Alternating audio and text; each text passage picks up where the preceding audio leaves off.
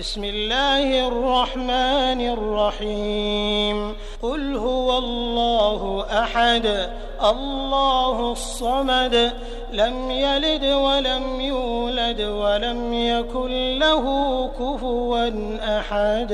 السلام عليكم ورحمة الله وبركاته. الحمد لله وحده الصلاة والسلام على من لا نبي بعده وعلى آله وأصحابه أجمعين. أما بعد فقد قال الله تعالى في القرآن العظيم أعوذ بالله من الشيطان الرجيم بسم الله الرحمن الرحيم يا أيها الذين آمنوا اتقوا الله حق تقاته ولا تموتن إلا وأنتم مسلمون. அளவற்ற அருளாளனும் நிகரற்ற அன்புடையுமாகிய எல்லாம் வல்ல அல்லாஹ்வின் திருப்பெயரால் ஆரம்பம் செய்கின்றேன். கண்ணியத்திற்குரிய எல்லாம் வல்ல அல்லாஹ்வின் நல்லடியார்களே, எல்லாம் வல்ல அல்லாஹ்வின் பேரருளால் அவருடைய மாபெரும் கருணையினால் புனிதம் நிறைந்த ரமலானுடைய மாதத்தில் இறுதி நாட்களிலே நாம் இருந்து கொண்டிருக்கின்றோம். அல்லாஹ் சுப்ஹானஹு வ தஆலா இவ்வுலகில் வாழக்கூடிய அடியார்கள் இறை பொருத்தத்தையும் இறை மன்னிப்பையும் நாளை மறுமையில் சொர்க்கத்தையும் பெற்றுக்கொள்ள வேண்டும் என்கின்ற உயர்வான நோக்கத்தோடு அல்லாஹ் சுப்ஹானஹு வ தஆலா அவருடைய திருமறை குர்ஆனின் மூலமாகவும் நபி ஸல்லல்லாஹு அலைஹி வஸல்லம் அவர்களின் போதனைகளின் மூலமாகவும் இறைவன் நமக்கு இறை அருளை பெற்றுக்கொள்ளக்கூடிய மன்னிப்பை பெற்றுக்கொள்ளக்கூடிய அழகிய வழிமுறைகளை இறைவன் நமக்கு வகுத்து கொடுத்திருக்கின்றார். எனவே நாம் அல்லாஹ்விடத்தில் சொர்க்கத்தையும் மன்னிப்பையும் பெற வேண்டும் என்றால் நம்மை இந்த பூமியில் வாழ்வதற்கு அல்லாஹ் தஆலா சில காலங்களை கொடுத்திருக்கிறார், சில நெறிமுறைகளை கொடுத்திருக்கிறார், சில கால கெடுவை இறைவன் வழங்கியிருக்கின்றார். அந்த கால கெடுவிற்கு இடையில் நாம் இயன்ற அளவிற்கு அல்லாஹ்வுடைய அருளையும் மன்னிப்பையும் பெற்றுக்கொள்ளக்கூடிய அந்த அமல்களை நாம் செய்து தீர வேண்டும். அப்படிப்பட்ட ஒரு பாக்கியம்தான் இந்த புனித மிகுந்த ரமலானுடைய மாதத்தில் இறுதி நாட்களிலே 1000 மாதங்களை விட சிறந்த ஒரு இறைவை இந்த உம்மத்திற்காக அல்லாஹ் தஆலா கொடுத்திருக்கிறார். கொடுத்திருப்பதனுடைய நோக்கம் என்ன? இந்த அடியார்கள் அந்த இரவுகளில் இறைவனை நின்று வணங்க வேண்டும், இபாதத் செய்ய வேண்டும், திக்ர் செய்ய வேண்டும், தஸ்பீஹ் செய்ய வேண்டும். இறைவனும் இறுதி தூதரும் வழிகாட்டிய முறைப்படி நாம் அமல் செய்ய வேண்டும் என்பதைத்தான் நமக்கு இஸ்லாம் கற்றுக் கொடுத்திருக்கிறது.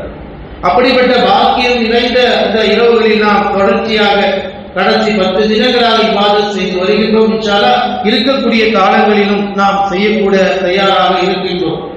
ஏனென்று சொன்னால் நாம் செய்யக்கூடிய அமலுக்கு அல்லாஹ் தஆலா எப்படிப்பட்ட நன்மை தருகிறான்?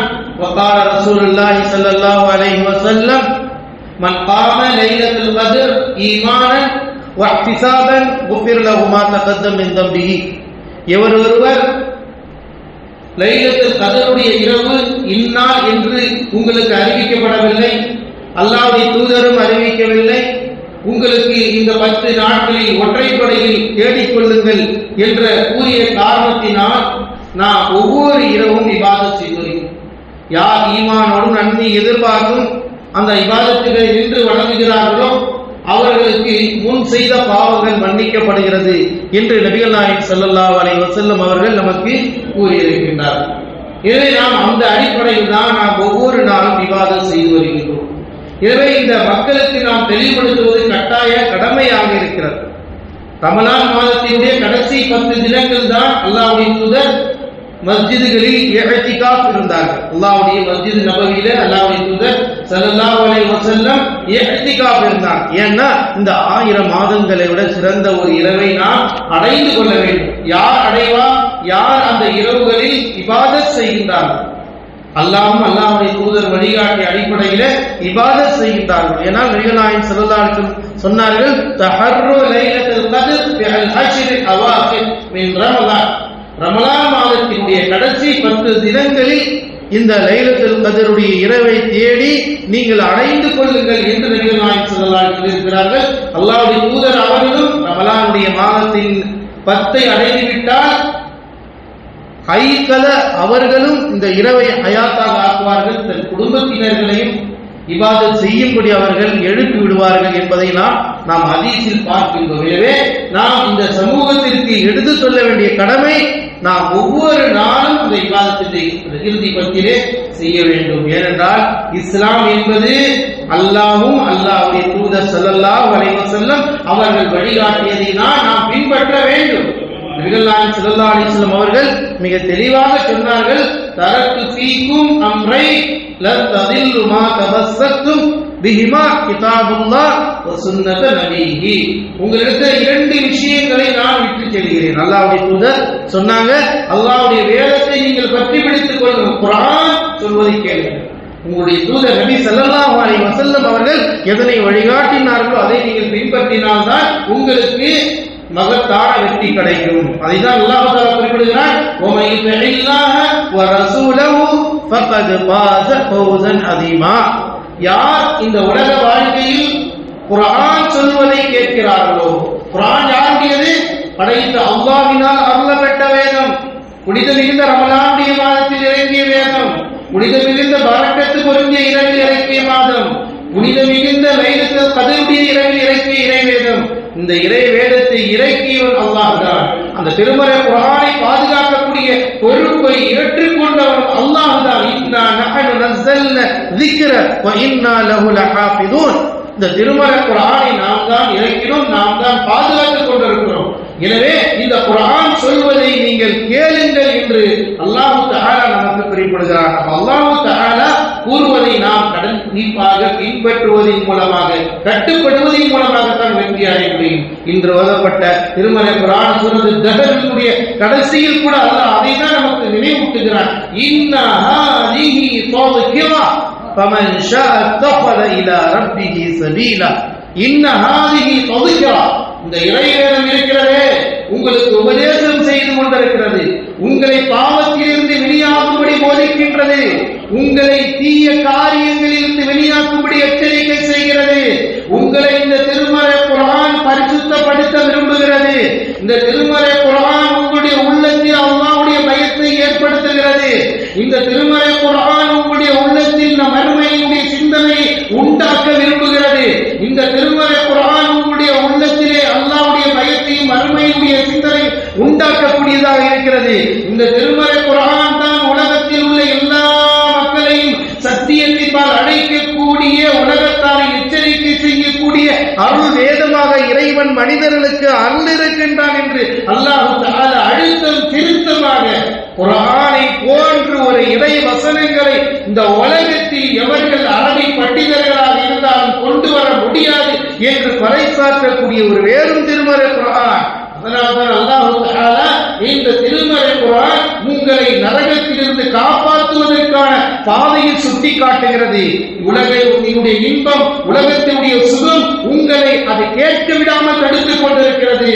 உலகத்தினுடைய ஆசைகள் உங்களை இறைவேதத்தை கேட்க விடாமல் தடுத்து நிறுத்திக் கொண்டிருக்கிறது.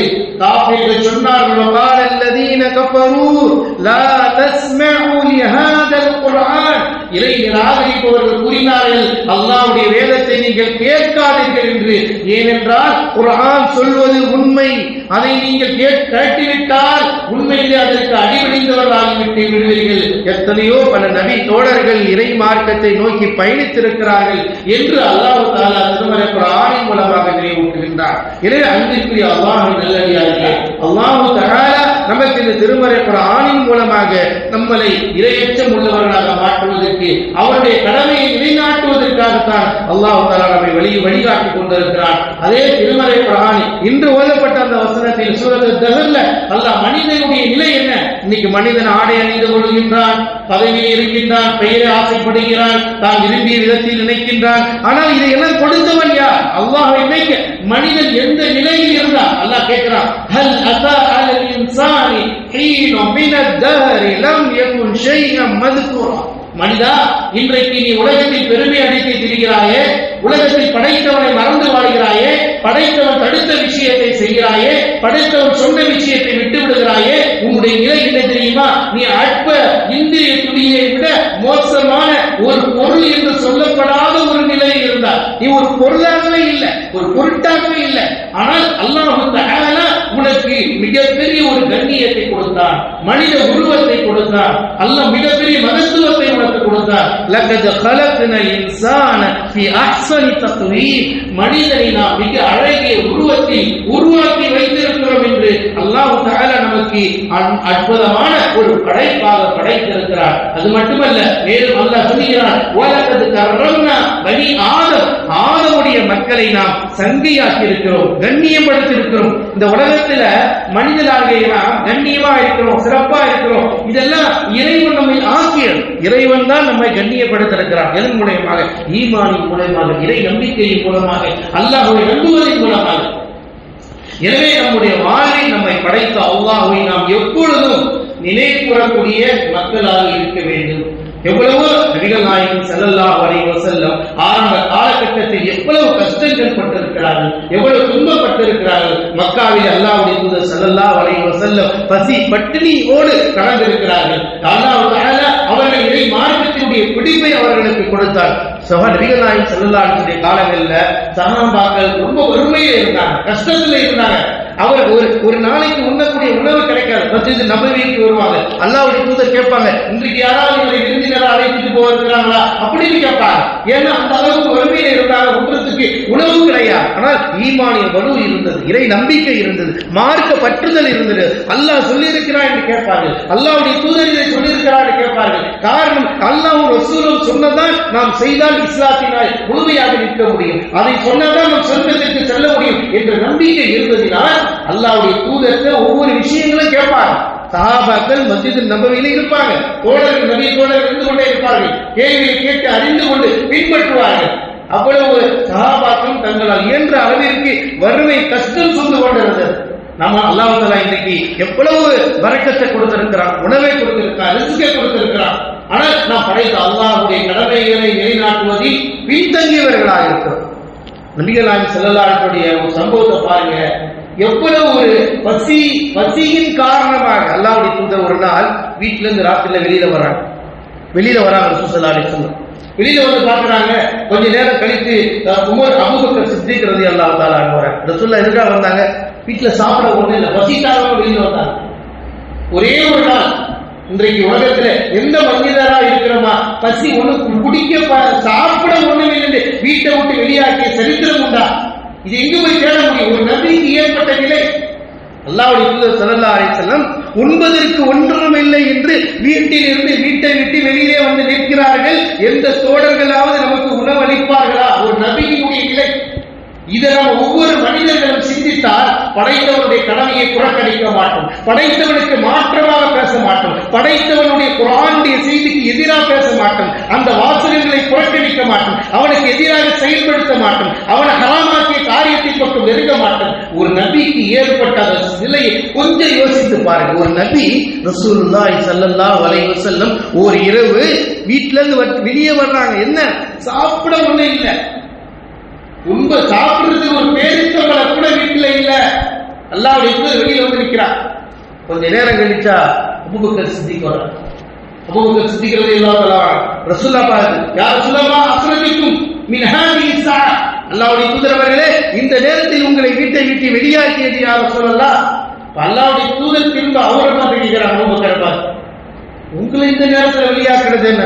அல்லாஹ்வுடைய தூதரே, சாப்பிட வீட்டுல ஒண்ணு இல்லை, அதனாலதான் வெளியே வந்தோம், பசியின் காரணமாக வீட்டை விட்டு வெளியேறு.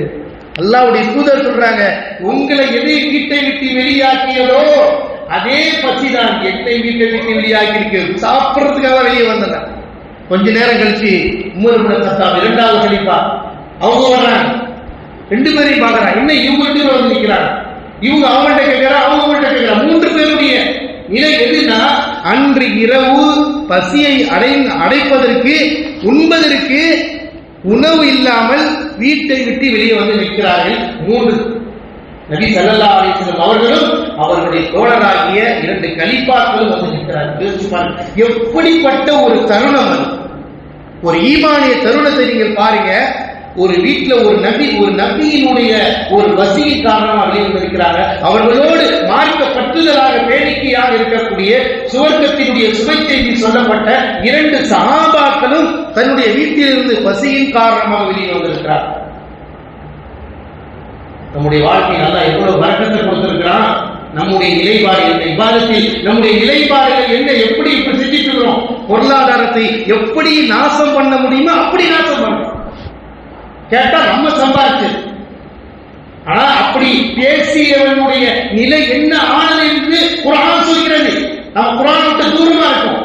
ஒரு மனிதன் நான் சம்பாதிச்சேன், நான் எப்படி வேண்டாலும் செலவு பண்ணுவேன் அப்படின்னு ஒரு மனிதன் இன்றைக்கு ஈமான் கொண்டவர் பேசுகிறார், ஒரு முஃமின் பேசுகிறார், ஒரு முஸ்லிம் பேசுகிறார், ஒரு குர்ஆனை ஏற்றுக்கொண்டவர் பேசுகிறார், ரசூலுல்லாஹை ஏற்றுக்கொண்ட சகோதரர் பேசுகிறார். என் பணம் நான் சம்பாதித்தது எப்படி வேண்டாலும் செலவு செய்யும். இப்படி யார் பேசியது? குர்ஆன் சுட்டி காட்டுகிறது. அப்படி பேசிய ஒருவன் நான் இன்றைக்கு ஓதுனான். ஃபிரௌன் சொன்னான், ஆட்சி அதிகாரம் எல்லாம் இருந்துச்சு, அன ரப்புக்கும் அலா, நான் பெரிய இறைவன் என்றான். பெறம் பேசியச்சு, அதிகாரம் பேசியச்சு. அல்லாஹ் என்ன செஞ்சா? எல்லாம் யாருக்கு முன்னால் அவன் அதிபதியாக இருந்தானோ அவர்களுக்கு முன்னாலே கடலில் வைத்து அவர்களை அல்லாஹ் தஆலா மூழ்கடித்தான். அப்படிப்பட்ட ஃபிரௌன். காரூனை பற்றி குர்ஆன் பேசுது.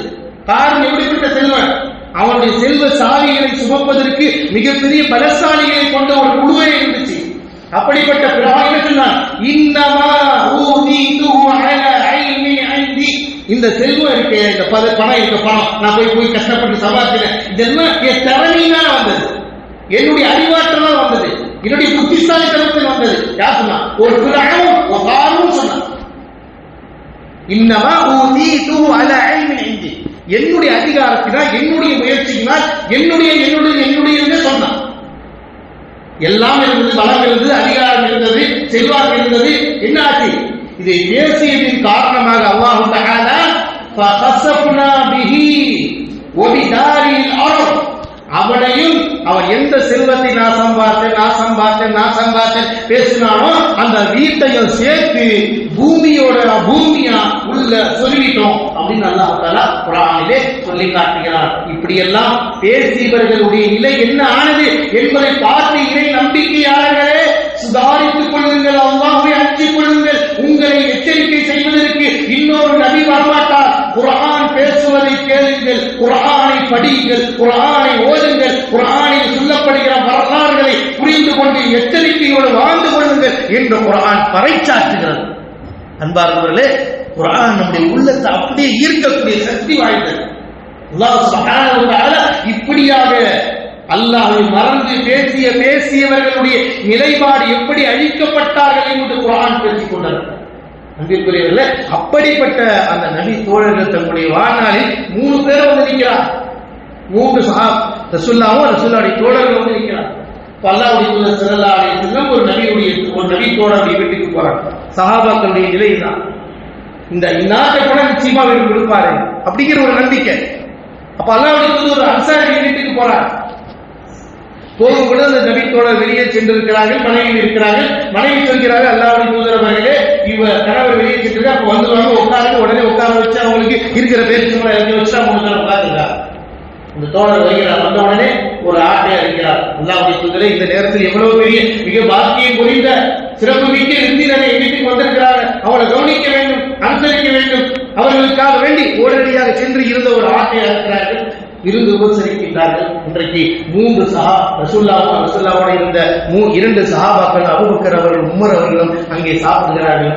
அந்த விருந்தை முடித்துவிட்டு புறப்படுகிறார்கள். என்ன வார்த்தை தெரியுமா? அல்லாஹ்வுடைய தூதர் ஸல்லல்லாஹு அலைஹி வஸல்லம் அவர்கள் கூறினார்கள், இன்ன ஹாதில் அன்ஆம், இன்றைக்கு நீங்க சாப்பிட்டீங்களே, இன்னக லதுஸ்அலுன்ன அன் ஹாதல் நஈம், நீங்க இப்ப சாப்பிட்ட சாப்பாட்டை குறித்து அல்லாஹ் மறுமையில விசாரிப்பான் என்றார்கள் நபிகள் நாயகம் ஸல்லல்லாஹு. இந்த ஒரு இரவு உங்களுக்கு விருந்து நீங்க சாப்பிட்டீங்கல்ல, இந்த விருந்தை குறித்து நாளை மறுமையில் அல்லாஹ் இந்த அருள்கொடைகளை குறித்து விசாரிப்பான் என்றார்கள் நபிகள் நாயகம் ஸல்லல்லாஹு. யாரை பார்த்து? சொர்க்கவாசி சஹாபாக்களை பார்த்து சொன்னார்கள், இந்த அருள்கொடையில் ஒரு நாள் உங்களுக்கு அல்லாஹ் தஆலா நீங்க நீங்கள் பசியினால் வீட்டை விட்டு வெளியேறினீர்கள், அல்லாஹ் தஆலா ஒரு தோழர் மூலியமாக உங்களுடைய பசியை போக்கினால் இப்படிப்பட்ட பரக்கத்தை கொடுத்த இறைவன் நாளைக்கு இந்த அருள்கொடைகளை குறித்து நாளைக்கு கேட்பான்னு சொன்னா நாம இன்னைக்கு எவ்வளவு பொருளாதாரத்தை தேவையில்லாம அழிக்கிறோம். அல்லாஹ் விடுவானா நாளை மறுமையில லதுஸ்அலுன யௌமஇதின் அனின் நஈம். குர்ஆன் அல்லாஹ் சொல்றான், உங்களுக்கு கொடுக்கப்பட்ட ஒவ்வொரு நியமத்துக்களை அருள்கொடைகளை குறித்து நாளை மறுமையில் அல்லாஹ் விசாரிப்பான். 10 ரூபாய் தேவையில்லாம நம்ம அநியாயமாக மார்க்கத்திற்கு முரணாக செலவு செய்தால் அல்லாஹ் மறுமையிலே ஏற்பான் என்று ரப்பல் ஆலமீன் கூறுகிறார். குர்ஆன் பேசுகிறது, நாம சொல்லிக் கொடுக்கிறோம், எல்லாம் அல்லாஹ்வுடைய வேத நிறைவேற நமக்கு எச்சரிக்கை செய்கிறது. அல்லாஹ்வுடைய தூதர் ஸல்லல்லாஹு அலைஹி வஸல்லம் ஒருமையில் இருந்த ஓர் நாள் இரவனுடைய உணவிற்கு அல்லாஹ் மறுமையில விசாரிப்பான் என்று தங்களுடைய தோழர்களுக்கு அல்லாஹ்வுடைய தூதர்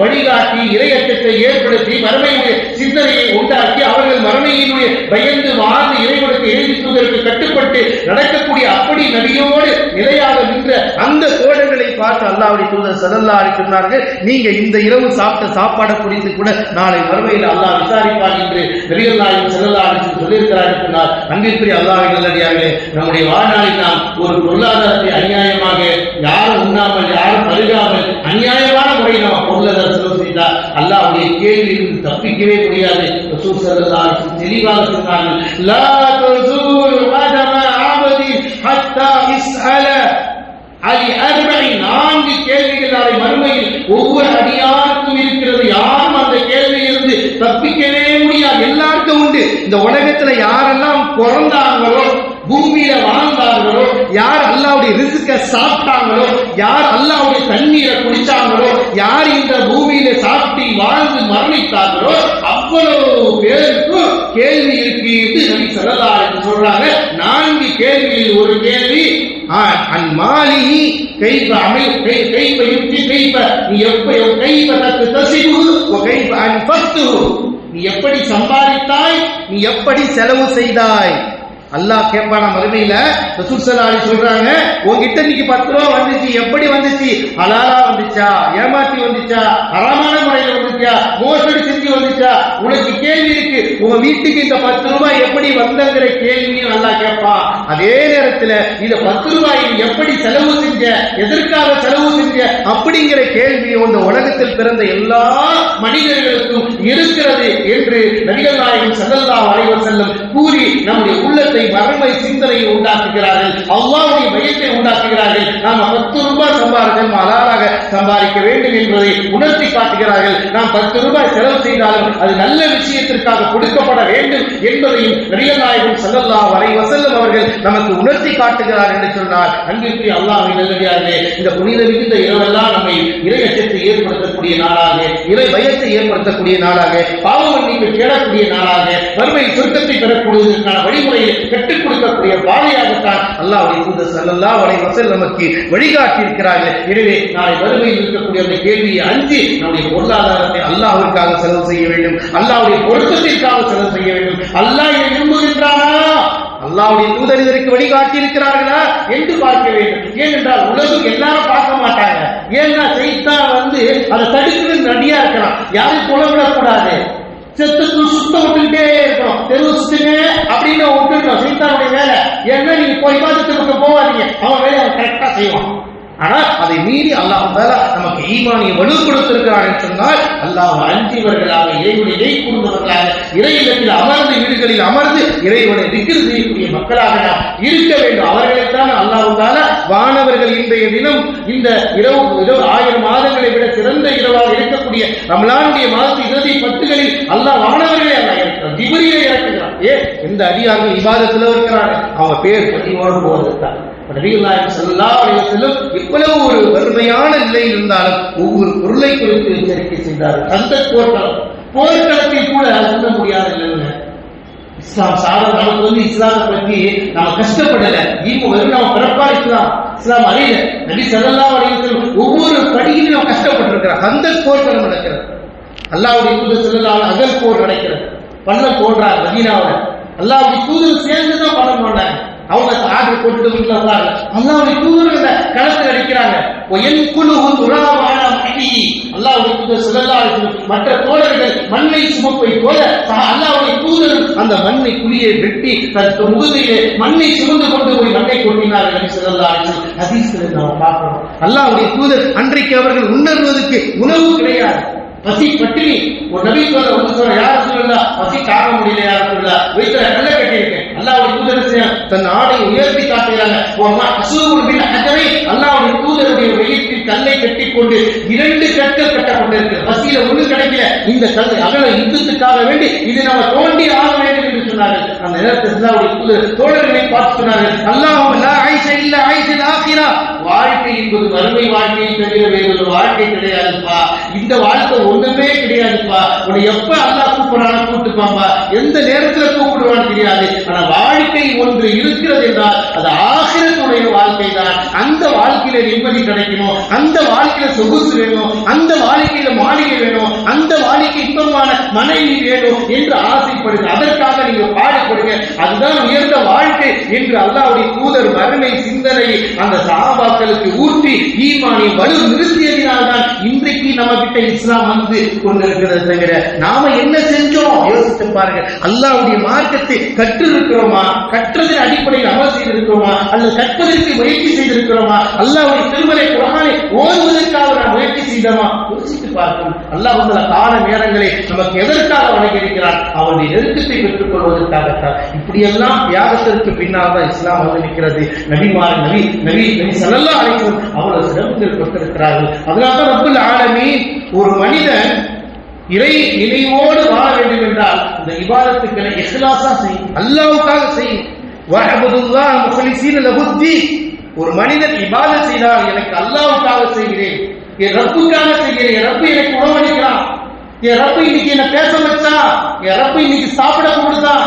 இன்னைக்கு எத்தனை சகோதர சகோதரிகள் சாப்பிட முடியாமல் மருத்துவமனையில் கிடக்கிறார்கள்.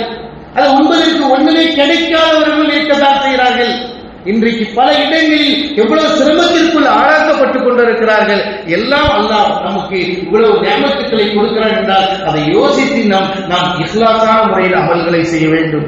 ஏனென்றால் அல்லாஹ் தஆலா யாருடைய உள்ளத்தில் இறையச்சம் இருக்கிறதோ அவரிடம்தான் அமல்களை ஏற்றுக்கொள்வான். இஹ்லாஸ் இல்ல, பெருமைக்காக இந்த ஒரு இபாதத்தை நாம் செய்துவிட்டோம் என்றால் அது நம்மை கொண்டு போய் நரகத்தில் தள்ளிடும் என்றார் ஸல்லல்லாஹு அலைஹி வஸல்லம்.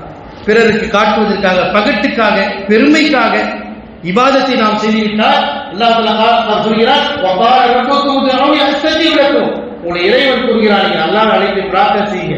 இன்னல்லதீன யஸ்தக்பிரூன அன் இபாதத்தி, என்னுடைய இபாதத்தை விட்டு எவர்கள் பெருமை அடிக்கிறார்களோ எதுக்குள்ள ஜஹன்னம தாகிரி, அவர்களை இழிவடைந்த நிலையில் அவர்களை நரகத்தில் நாம் நுழைய வைப்போம் என்று அல்லாஹ் தஆலா சொல்கிறார். அன்பிற்குரியவர்களே, நாம் ₹1 தர்மம் செய்தால் யா அல்லாஹ் உனக்காக வேண்டி, ஏன்னா நம்ம இஹ்லாஸாக செய்தால் அந்த அமல் நம்மளை சொர்க்கத்துக்கு கொண்டு போகும். சொர்க்கத்துக்கு மட்டுமல்ல, அந்த அமல் உண்மையிலே இஹ்லாஸாக இருந்தால் நாம் நம்மளுக்கு நெருக்கடி வரும் பொழுது, கஷ்டம் வரும் பொழுது, யா அல்லாஹ் இந்த ₹10 உனக்காக வேண்டிதான் நான் கொடுத்தேன், எனக்கு ஏற்பட்ட இந்த சோதனையை நீக்கலாம் அல்லாஹ் என்று நம்ம துஆ கேட்டால் அல்லாஹ் தஆலா அந்த துஆவை கூட கேட்டு ஏற்றுக்கொள்கிறார் என்று நபிகள் நாயகம் ஸல்லல்லாஹு அலைஹி வஸல்லம் அவங்க சொல்றாங்க. ஒரு இபாதத்தை நாம் இஹ்லாஸ் இல்லாமல் பெருமைக்காக செய்தால் அது என்ன செய்யும், நரகத்தில் போய் தள்ளிடும். அல்லாஹ்வுடைய தூதர் ஸல்லல்லாஹு அலைஹி வஸல்லம் ஒரு ஹதீஸில் குறிப்பிடுகிறார். அந்த ஹதீஸை சொல்லக்கூடியவர்கள் அபூ ஹுரைரா ரலியல்லாஹு அன்ஹு. அந்த சொல்லும் பொழுதே அவர்களுடைய அந்த நிலையை கொஞ்சம் யோசித்து பாருங்க. அந்த ஹதீஸை சொல்ல வர்றாங்க அபூ ஹுரைரா ரலியல்லாஹு அன்ஹு. அந்த ஹதீஸை முழுமையாக சொல்ல முடியாமல் கதறி கதறி மயக்கமுற்று அழுது கீழே விழுகிறார்கள். அப்ப அந்த ஹதீஸினுடைய அறிவிக்கக்கூடிய அந்த செய்தியினுடைய முக்கியம் வாய்ந்தது எப்படிப்பட்டது என்பதை நமக்கு அந்த உணர்வுகள் வரலாறா கூட அதை நம்ம தெரிஞ்சு மனசுல பதிவிச்சு அதை விட்டு நம்ம பாதுகாத்துக் கொள்ளும். ஒரு முறை மதீனா நகரத்திற்கு ஷுபியா எங்க ஒரு தோழர் போறாங்க. அங்க ஒரே மஸ்ஜித் நபவிக்கு பக்கத்துல மதீனாவுடைய கூட்டமா இருக்கு. என்ன கூட்டமா இருக்குன்னு போறாங்க. போகும்போது அதை பார்த்தா அபூ ஹுரைரா ரலியல்லாஹு தஆலா ஓதி படிச்சு பயான் பண்ணிட்டு இருக்காங்க. அபூ ஹுரைரா ரலியல்லாஹு தஆலா ரசூலுல்லாஹ்வோட இருந்தவங்க, நெருக்கமாக இருந்தவங்க, பல ஹதீஸ்களை எல்லா கிதாபுகளிலும் நம்ம பார்க்கிறோம். அதிகமான ஹதீஸ்களை அறிவித்தவர்கள் தான் அபூ ஹுரைரா ரலியல்லாஹு தஆலா. அங்கே மக்களுக்கு பயான் பண்ணிட்டு இருக்கிறாங்க. பார்த்தாங்க அந்த தோழர் பார்த்துட்டு அல்லாஹ் அந்த அபூ ஹுரைரா ரலியல்லாஹு தஆலா அவங்க கிட்ட போயிட்டாங்க. எல்லாம் கும்பலா இருந்துச்சு. போய் கிட்டி அவங்க பயான் கேட்டாங்க. பயான் கேட்டு எல்லாரும் போயிட்டாங்க. போன பிறகு நான் ரொம்ப தனவுக்கு அரக்குதிகி ரொம்ப கிட்ட போய் உட்கார்ந்துட்டேன். யார்கிட்ட? தோழர் சொல்றார், அபூ ஹுரைரா ரலியல்லாஹு தஆலா அவங்க கிட்ட போய் உட்கார்ந்துட்டேன். பாருங்க, ஒரு ஹதீஸை தெரிந்து கொள்வதற்கு எவ்வளவு ஆர்வத்தோடு செய்கிறார்கள். அபூ ஹுரைரா ரலியல்லாஹு தஆலா அவங்கள்ட்ட போய் ஹதீஸை அவங்க அறிவிக்கிறாங்க. யார்கிட்ட அறிவிக்கிறாங்க? ரசூலுல்லாஹ். அவங்க போய் கேட்கிறாங்க, யா அபா ஹுரைரா ஹதீஸனி ஹதீஸன் சமிஅத்துஹு மின் ரசூலில்லாஹி ஸல்லல்லாஹு அலைஹி வஸல்லம். அபூ ஹுரைராவே, நீங்க எனக்கு ஒரு ஹதீஸை சொல்லி கொடுங்க. எந்த ஹதீஸ்? எந்த ஹதீஸை நீங்கள் நேரடியாக நபி ஸல்லல்லாஹு அலைஹி வஸல்லம் அவர்களிடமிருந்து கேட்டீர்களோ, கேட்கும் போது எப்படி கேட்கிறாங்க பாருங்க. சுப்ஹானல்லாஹ். ஏன்? சொர்க்கத்தினுடைய பாதை அவங்கதான். சொர்க்கம் அவங்க சொல்றதுதான் சொர்க்கம். அவங்க சொன்ன வார்த்தையை அப்படியே எடுக்கிறது ஹதீஸை. அதனால்தான் அந்த அவர் போய் கேட்கும் பொழுது கேட்கிறாரு, ஹதீஸனி ஹதீஸன் சமிஅத்துஹு மின் ரசூலில்லாஹி ஸல்லல்லாஹு அலைஹி வஸல்லம். அபூ ஹுரைரா அவர்களே, நீங்க ரசூலுல்லாஹ் கிட்ட இருந்தவங்க, ஹதீஸ் நிறைய அறிவிச்சிருக்கீங்க, எனக்கு ரசூலுல்லாஹ் நீங்க கேட்டீங்க, நேரடியா கேட்டீங்கல்ல, அப்படி ஒரு ஹதீஸ் எனக்கு நீங்க சொல்லுங்க அபூ ஹுரைராவே அப்படின்னு கேட்கிறாங்க. அப்படியா, இன்ஷா அல்லாஹ் உங்களுக்கு நான் அதே போல கைஃப அஃபத்துஹு ஹதீஸனி ஹதீஸன் மின் ரசூலில்லாஹ். அப்படிதானே? ரசூலுல்லாஹ் நேர்ல எந்த ஹதீஸை கேட்டாலும் அந்த ஹதீஸை நான் சொல்றேன் தானே, நான் சொல்றேன் அப்படின்னு சொல்ல ஆரம்பிக்கிறாங்க. அபூ ஹுரைரா சொல்ல ஆரம்பிச்ச உடனேயே மயக்கமாகி பயத்துல அச்சத்துல மயந்து கீழே விழுந்துட்டார். ரசூலுல்லாஹ் கேட்ட ஹதீஸ் நான் சொல்றேன் கேளுங்க அப்படின்னு சொல்லிட்டு மயக்க விட்டு அபூ ஹுரைரா விழுந்துட்டாங்க கீழே. தர்ஸ் பாடம் சொல்லி கொடுத்துட்டு இருக்காங்க, பயன் பண்ணிட்டு இருக்காங்க. இவர் வந்து கேட்ட விதம் எல்லாம் போயிட்டாங்க, தனியா கேட்கிறார். சொல்றாரு, மா அனா அஹதுன் கைரு, அந்த சபையில நானும் அபூ ஹுரைரா தவிர வேற யாரும் இல்ல. திரும்பி தண்ணியை தொடிச்சு எழுப்பி விட்டார். எந்திரிச்சாங்க அபூ ஹுரைரா.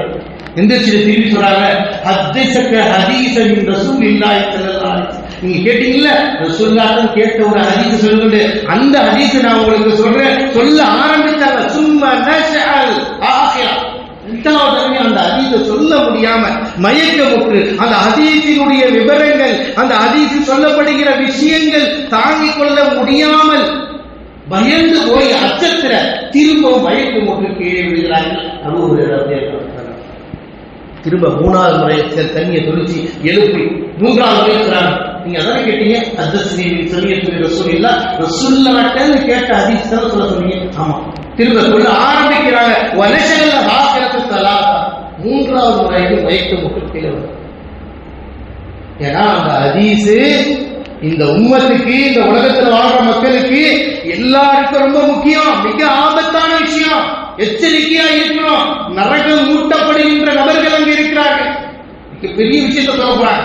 அந்த ஹதீஸை சொல்ல முடியாமல் பயந்து உழுறாங்கன்னா அவருடைய மனநிலை, ஈமானிய வலுவை பாருங்க. எவ்வளவு ஒரு ஹதீஸ் சொல்றதுக்கு இவ்வளவு கஷ்டப்பட்டு அந்த வறுமையுடைய சிந்தனை, பயம், அச்சம். இன்னைக்கு சர்வசாதாரணமாக அல்லாஹ்வுடைய மார்க்கத்தை விழாவாரியாக கதைகளையும் கப்சாக்களையும் சொல்லி மக்களை சீரழிக்கக்கூடிய நிலையை பார்க்கணும். ஆனா ஒரு ஹதீஸை சொல்றதுக்கு அந்த சஹாபாக்களுடைய ரசூலுல்லாஹ் கேட்டையும் அப்ப சொல்றதுக்கு இவ்வளவு கஷ்டப்பட்டு இருப்பாங்களே, அதை கேட்கும் பொழுது எப்படி இருந்திருக்காங்க அவங்க மனநிலை சொல்லிட்டு சொல்றாங்க. அப்பதான் திரும்ப ஆரம்பிக்கிறாங்க. சொல்றாங்க, அல்லாஹ்வுடைய தூதர் ஸல்லல்லாஹு அலைஹி வஸல்லம் சொன்னாங்க, இன்னல்லாஹ யன்ஸிலு இலா யௌமில் கியாமத்தி லியம்தி அபதன் இன்தஹு. நாளை மறுமை நாளிலே அல்லாஹ் தஆலா மஹ்ஷர் மைதானத்திலே இறங்கி வருவான். இறங்கி வந்து அடியார்களுக்கெல்லாம், எல்லா மனிதர்களுக்கும் தீர்ப்பளிப்பதற்காக, இவர் சொர்க்கவாசி, நரகவாசி, இவர் இந்த பாவி, இந்த குற்றவாளி, இந்த பாவி, இந்த ஆள், இவரு இவரு இவரு என்று இவருக்கு இந்த தண்டனை, இவருக்கு இந்த குற்றம், இவருக்கு இந்த நரகம், அப்படி தீர்ப்பளிப்பதற்காக அல்லாஹ் தஆலா நாளை மறுமையில் மஹ்ஷர் மைதானத்திலே அல்லாஹ் தஆலா இறங்கி வந்து முதலாவதாக 3 மனிதர்களுக்கு தீர்ப்பளிக்கப்படும். யாருக்கு? 3 மனிதர்கள். 3 மனிதர்கள் எப்படிப்பட்டவர்கள்? சாதாரண நினைக்கும் 3 பேருமே அல்லாஹ்விற்காக வேண்டி பாடுபட்டவர்கள் என்று பறைச்சாற்றக்கூடியவர்கள். 3 பேரும் மார்க்கத்திற்கு உட்பட்ட காரியத்தை செய்தவர்கள். அல்லாஹ்வுடைய தூதர் ஸல்லல்லாஹு அலைஹி சொன்னாங்க, 3 மனிதர்கள். 3 மனிதர்களுக்கு அல்லாஹ் முதலாவது வழங்குவான். முதலாவது நபர் யாரு? குத்திலத்தி ஷஹீதில்லாஹ், அல்லாஹ்வுடைய பாதையில் ஷஹீதாக்கப்பட்டவர். அல்லாஹ்வுடைய மார்க்கத்திற்காக வேண்டிய போராடி தன்னுடைய உயிரை தியாகம் பண்ணவர். அவருக்கு சொர்க்கம், அவருக்கு எல்லா பாவங்களும் மன்னிக்கப்படும். உயர்ந்த அந்தஸ்து இது. நபி ஸல்லல்லாஹு அலைஹி வஸல்லம் சொன்னதிலே உயர்ந்த அந்தஸ்து இது யாருக்கு? ஷஹாதத் அடைந்தவர். அந்த ஷஹீதுக்கு அல்லாஹ் தீர்ப்பளிப்பான். அந்த ஷஹீதை கூப்பிட்டு அல்லாஹ் கேட்பான், உனக்கு உடல் வலிமையை கொடுத்தேன், ஃபமா அமில்த பிஹா, உடல் ஆரோக்கிய வலிமை கொடுத்தன, உன்னை என்ன செஞ்சேன்னு நல்லா கேட்பான். அவர் சொல்வார், யா அல்லாஹ் அமைப்பு தீயா, உனக்காக வேண்டிய உன்னுடைய மார்க்கத்திற்காக வேண்டிய நான் போராடினேன், உனக்காக வேண்டிய போராடி என்னுடைய உயிர் ஷஹீதாக்கப்பட்டு விட்டது என்று அவர் சொல்வார். அல்லாஹ் சொல்லுவான், கதர்க்க, நீ பொய் சொல்கிறாய், ஏனென்றால் நீ ஐயுகால ஜரீஉன், உலக மக்கள்லாம் இவர் பெரிய வீரன் என்று உன்னை புகழ வேண்டும் என்பதற்காகத்தான் நீ செய்தாய் என்று அல்லாஹ் சொல்லுவான். நம்ம மனசு உள்ளத்துல உள்ளது அல்லாஹ் தான் தெரியும். ஒரு மனிதன் எதற்காக செயல்படுறான், எதற்காக நடக்கிறான், அல்லாஹ் செய்கிறானா மனிதர்கள்ட்ட பேர் வாங்குறதுக்காக செய்கிறானாங்கிற தீர்ப்பு அல்லாஹ் தான் தெரியும். அல்லாஹ் தான் கொடுக்க முடியும். நீங்கள் அது தீர்ப்பு கொடுக்க முடியாது. தீர்ப்பு அல்லாஹ்வுடைய தீர்ப்பு, ரப்புக்கு தான் தெரியும். ஒவ்வொரு அடியார் அல்லாஹ் எப்படிப்பட்டவன், உங்களுடைய உள்ளத்தில் என்ன நினைக்கிறீர்கள் என்று கூட சொன்னோம். வனஅலு மா துவஸ்ஸிசு பிஹி நஃப்ஸுஹு வனஅலு அக்ரபு இலைஹி மின் ஹப்லில் வரீத். உங்க மனசுல என்ன நினைக்கிறீங்க அதெல்லாம் எங்களுக்கு தெரியும், எல்லாம் பதிவு பண்ணி வச்சிருக்கிறோம் அல்லாஹ். அப்ப நாளை மறுமையில் அல்லாஹ் தஆலா அவரை ஷஹீதை கூட்டி கேட்கும்போது அவர் சொல்வாரு, அல்லாஹ் உனக்காக போறான, என் உயிரை தியாகம். அல்லாஹ் சொல்லுவான், கதத்தை பொய் சொல்ற, நீ எதுக்கு செஞ்சனா, நீ மக்கள் பெருமை ஆசைப்பட்ட, பக்கத்து கீழே அந்த பெருமை உனக்கு எந்த பெருமைக்கு ஆசைப்பட்டியோ அந்த பெருமை உலகத்தில் சொல்லப்பட்டு விட்டது. வானவர்களுக்கு அல்லாஹ் சொல்லுவான், பின்னால் இவரை தலை கீழாக இழுத்துக் கொண்டு போய் இந்த நரக நெருப்பிலே தூக்கி எரியுங்கள். சுப்ஹானல்லாஹ், இவ்வளவு பெரிய ஆபத்தை பாருங்க. இபாதத்துல கடிகளவு கூட பெருமை ஆசைப்பட்டு விட்டால் அதற்கு ஏற்படக்கூடிய பாதிப்பு நிரந்தரமான நரகம். அந்த நரகத்துல போய் மாணவர் தூக்கி எறிஞ்சிருவாங்க. சுப்ஹான் அல்லாஹ் காப்பாற்றணும். இந்த ஹதீஸை சொல்லதான் அபூ ஹுரைரா சொல்ல முடியாம உழுந்து எந்திரிச்சார். எவ்வளவு பெரிய பயம் பாருங்க. ஏன்னா எல்லாருக்கும் ஏற்படக்கூடியது. நமக்கு மனசுல ஆசை வரும், மனிதன் தானே. ஆனால் அதற்காக வேண்டிதான் நம்ம செய்துவிட்டால் நாளை மறுமையில் நரகத்தில் தூக்கி எறியப்படும். ஷஹீதுக்கை திருடம். இரண்டாவது யார், தஅல்லமல் குர்ஆன், குர்ஆனை கற்றறிந்த மார்க்க அறிஞரை கொண்டு வந்து அல்லாஹ் எழுப்புவான். அவர்கிட்ட கேட்பான், உனக்கு குர்ஆனை ஓதக்கூடிய நசீபை கொடுத்ததே, மார்க்க அறிவை கொடுத்ததே, மமா அமீர் தபியா, இதை வைத்து என்ன செய்தாய்? அவர் சொல்ற, யா அல்லாஹ் உனக்காக தான் குர்ஆனை நான் ஓதுனேன், உனக்காக வேண்டியதான் நான் திருமறை குர்ஆனை ஓதுனேன், மார்க்கத்துக்கு உபதேசம் செய்து சொல்வார். ஆனா அவருடைய உள்ளத்தில் இருந்து அல்லாஹ் சொல்றான், வராக்கி கதர்த்த, நீ பொய் சொல்ற, நீ பிரச்சாரம் பண்ணி உலகத்துல அலைஞ்சதெல்லாம் உன்னை பேரு புகழுக்குத்தான் நீ ஆசைப்பட்ட, உன்னை பெருமையா பேசணும், பெருமைக்கு ஆசைப்பட்டாய். உனக்கு அந்த எந்த பெருமையை நீ ஆசைப்பட்டியோ பக்கத்து கீழே, நான் கற்ற கல்வினா எனக்கு தனி மரியாதை வேணும், தனி சொகுசு வேணும், தனி இன்பம் வேணும் என்று உலக பெருமை நீ ஆசைப்பட்டாய். பக்கத்து கீழே அந்த பெருமை உனக்கு உலகத்திலேயே கொடுக்கப்பட்டு விட்டது. அல்லாஹ் காப்பாற்றுறது சாதாரண விஷயமா? பல ஆண்டு காலங்கள் கல்வியை கற்று, பல ஆண்டு காலங்கள் தவா செய்து, மனசுல கடுதளவாது உலக மறுமையை மறந்து உலக பெருமை ஆசைப்பட்டுட்டா அதற்கு கிடைக்கக்கூடிய விபரீதம் பாருங்க. இவரை கொண்டு அப்படின்னா இதுவரை தலைக்கீழாக இழுத்துக் கொண்டு போய் நரகத்திலே தள்ளுங்கள் என்று அல்லாஹ் மாணவர்கள் கட்டளையிடுமா? அல்லாஹ் எல்லா மார்க்க அறிஞர்களையும் காப்பாற்ற வேண்டும். யா அல்லாஹ், கடுகளவுக்குள்ள உள்ளத்தில் இரையச்சம் இல்லாமல் ஆக்கிவிடாதே. யா அல்லாஹ், செய்கின்ற ஒவ்வொரு காரியமும் உங்களுடைய திரு பொருத்தத்திற்காக வேண்டிய இருக்க வேண்டிய அல்லாஹ். நாளை மனுஷர் மைதானத்தில் நீ பிடித்து விட்டால் உன் பிடியை தடுத்து நிறுத்தவர்கள் யாரும் கிடையாது. அல்லாஹ், நீ ஒரு தீர்ப்பை வழங்கிவிட்டால் அந்த தீர்ப்புக்கு மறு தீர்ப்பு கொடுக்கக்கூடிய யாருமே கிடையாது. அல்லாஹ், அப்படிப்பட்ட ஒரு துன்பமான நெருக்கடி இல்லை இந்த உலகத்தில் உள்ள அழிவை ஆக்கி விடாதையா அல்லாஹ் என்று நாம் துஆ செய்வோம். ஒவ்வொருவரும் உடைய உள்ளங்களில் இறையச்சத்தை ஏற்படுத்திக் கொள்ள வேண்டும். அல்லாஹ்வுக்காக வேண்டி செய்யும். மூன்றாவது மனிதர் யார்? அவருக்கு அல்லாஹ் உலகத்தில் செல்வாக்கு கொடுத்திருக்கோம், பல வசதியை கொடுத்திருக்கோம். அவர் இந்த உலகத்துல தான தர்மங்கள் ஏழை எளிய மக்களுக்கு எல்லாம் கொடுத்திருப்பாரு. ஆனா அல்லாஹ் தஆலா கேட்கும்போது அல்லாஹ் சொல்லுவாரு, நான் அல்லாஹ் உனக்காகத்தான் கொடுத்தேன் அல்லாஹ் கூட. ஆனா அல்லாஹ் சொல்ல, நீ பொய் சொல்லி கொடுத்தது உண்மைதான், ஆனால் நீ எதிர்பார்த்தது என்னை 4 பேர் பெருமையா பேசணும், அவரா அல்லாஹ் டெல்லி கொடுப்பாருப்பா, நல்லா அப்படிப்பா இப்படிப்பா, விரும்பக்கூடாது. மனிதன் விரும்பக்கூடாது. நீ அந்த விருப்பம் பற்றி நோக்கமே கொண்டு விட்டால், அந்த ஆசைப்பட்டாய் பக்கத்து கீழே அந்த பெருமை புகழ் உனக்கு உலகத்திலேயே சொல்லப்பட்டு விட்டது. இவரையே கொண்டு போய் நரகத்திலே தருவது என்று மாணவர்களுக்கு அல்லாஹ் தஆலா கட்டளை இடுவான் என்பதை நபிகள் ஸல்லல்லாஹு அலைஹி வஸல்லம் சொல்றாங்க. இதைதான் அல்லாஹ்வுடைய தூதர் ஸல்லல்லாஹு அலைஹி வஸல்லம் அவங்கள்ட்ட நான் கேட்டேன் அப்படின்னு அபூ ஹுரைரா 3 பேரையும் முதலாக மறுமையில் விசாரிக்கப்படக்கூடியவர்கள், அல்லாஹ்வுடைய பாதையில் போராடுகின்றவர்கள், மார்க்க கல்வியை குர்ஆனை கற்றவர்கள், 3ஆவது செல்வம் கொடுக்கப்பட்டவர்கள், அதில் கடுகளவு கூட உலக பெருமை எதிர்பார்த்து செய்துவிட்டால் தான் செய்த அந்த அமல் அமல் உயர்வான அமல், ஜிஹாத் அறப்போர் பெரிய அமல், அதற்கடுத்து மார்க்க குர்ஆன் கற்றது, மூன்றாவது செல்வாக்கு. இது மூன்றிலையும் ஒரு மனிதன், இது மட்டுமில்லை, இது போன்ற எல்லா விஷயத்தையும் இஹ்லாஸ் இல்லாமல் ஆகிவிட்டால் அந்த நரகத்தில் ஒரு குழு இருக்கப்படும். சொல்லிட்டு சொல்றாங்க, பதரப ரக்கபத்தை, இவை தொடையை தட்டிவிட்டார்கள். ரசூலுல்லாஹி ஸல்லல்லாஹு அலைஹி வஸல்லம் தட்டிவிட்டு அல்லாஹ்வுடைய தூதர் சொன்னார்கள், உலாயிக தஸஅரு அலைஹிம் மினன் நார், இந்த நரக நெருப்பை இந்த மூன்று மனிதரை கொண்டுதான் நரகத்தையும் மூட்டுவான் அல்லாஹ் என்று அவர்கள் சொன்னார்கள். இதை சொல்லதான் சொல்ல முடியாமல் மூன்று முறை மயக்கமுற்று இந்த நரகத்தை அல்லாஹ் மூற்றது. குர்ஆனை கற்றவர்கள், ஷஹீதாக்கப்பட்டவர்கள், பொருளாதாரத்தை அல்லாஹ்வுக்காக வாங்கி கொடுத்தவர்களுடைய நிலை உள்ளத்தில் கடுகளவாவது உலக பெருமைய ஆசையை எதிர்பார்த்து விட்டால் கிடைக்கக்கூடிய விபரீத விளையாட்டு நாளை மறுமையில் நரகத்தை மூட்டுவதற்கு, நரகத்தை எரிய வைப்பதற்கு போடப்படக்கூடிய மனிதர்கள் யார் என்றால் இவர்கள் தான் என்று அல்லாஹ்வுடைய தூதர் ஸல்லல்லாஹு அலைஹி வஸல்லம் அவர்கள் நேரடியாக நான் அல்லாஹ்வுடைய தூதரிலிருந்து நீங்க கேட்ட மாதிரி கேட்ட ஹதீஸை நான் சொன்னேன் அப்படின்னு சொல்லி காட்டுறாங்க. அங்கிருக்கிற அல்லாஹ் நல்லடியார்களே, நமக்கு அல்லாஹ் கொடுத்திருக்கிற மிகப்பெரிய பாக்கியமான இரவு நேரங்களில் இருந்து கொண்டிருக்கிறோம். இன்னும் இருக்கக்கூடிய 3 நாட்களோ 4 நாட்களோ அது இருக்கக்கூடிய அந்த நாட்களில் நாம் அல்லாஹ்வை அஞ்சிக் கொள்ள வேண்டும், பயந்து கொள்ள வேண்டும், இறையற்றத்தோடு வாழ வேண்டும், துஆக்கள் செய்ய வேண்டும், பிரார்த்திக்க வேண்டும். 1000 மாதங்களில் சிறந்த இரவை கிடைக்கக்கூடிய நசீபக்கூடிய அல்லாஹ், இதற்கு பின்னால் நாம் அல்லாஹ்வுடைய ஒவ்வொரு அமலும் யா அல்லாஹ் என்றால் அல்லாஹ் தஆலா சொல்லி காட்டுகிறான். நபியே சொல்லுங்க, இன்ன ஸலாத்தி வ நுஸ்கி வ மஹ்யாய வ மமாத்தி லில்லாஹி ரப்பில் ஆலமீன், என்னுடைய தொழுகை, என்னுடைய ஸகாத், என்னுடைய வாழ்க்கை,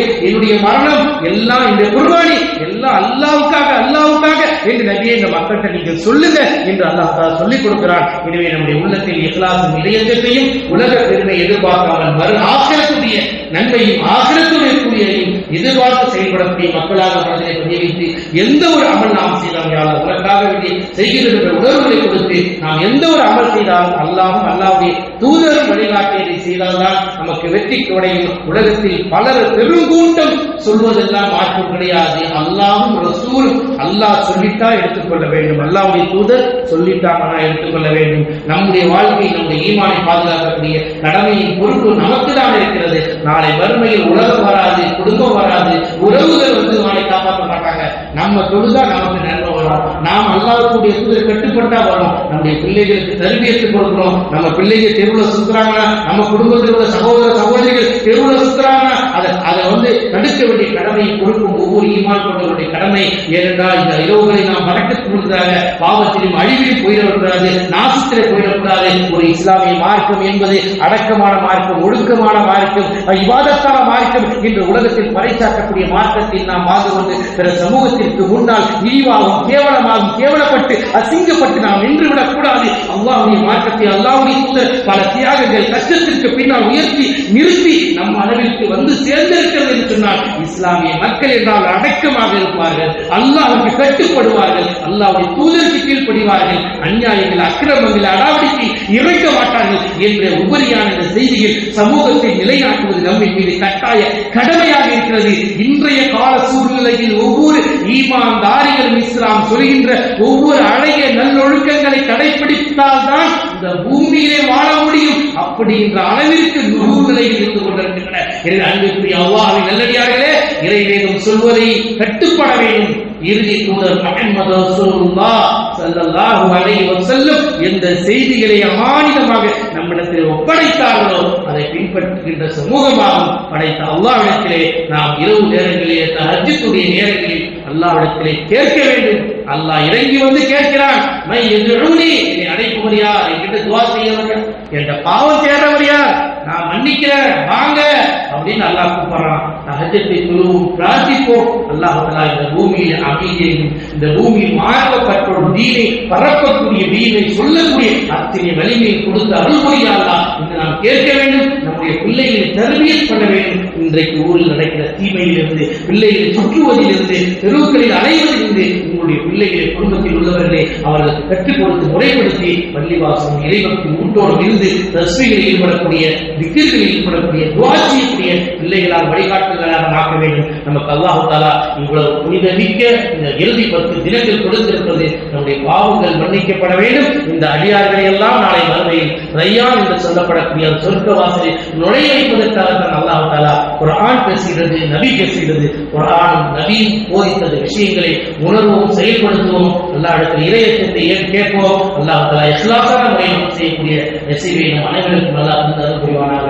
ஆமீன். வாஹ் தவானா அல்ஹம்துலில்லாஹி ரப்பில் ஆலமீன். சுப்ஹானக அல்லாஹும்ம வ பிஹம்திக அஷ்ஹது அன் லா இலாஹா இல்லா அன்த அஸ்தக்ஃபிருக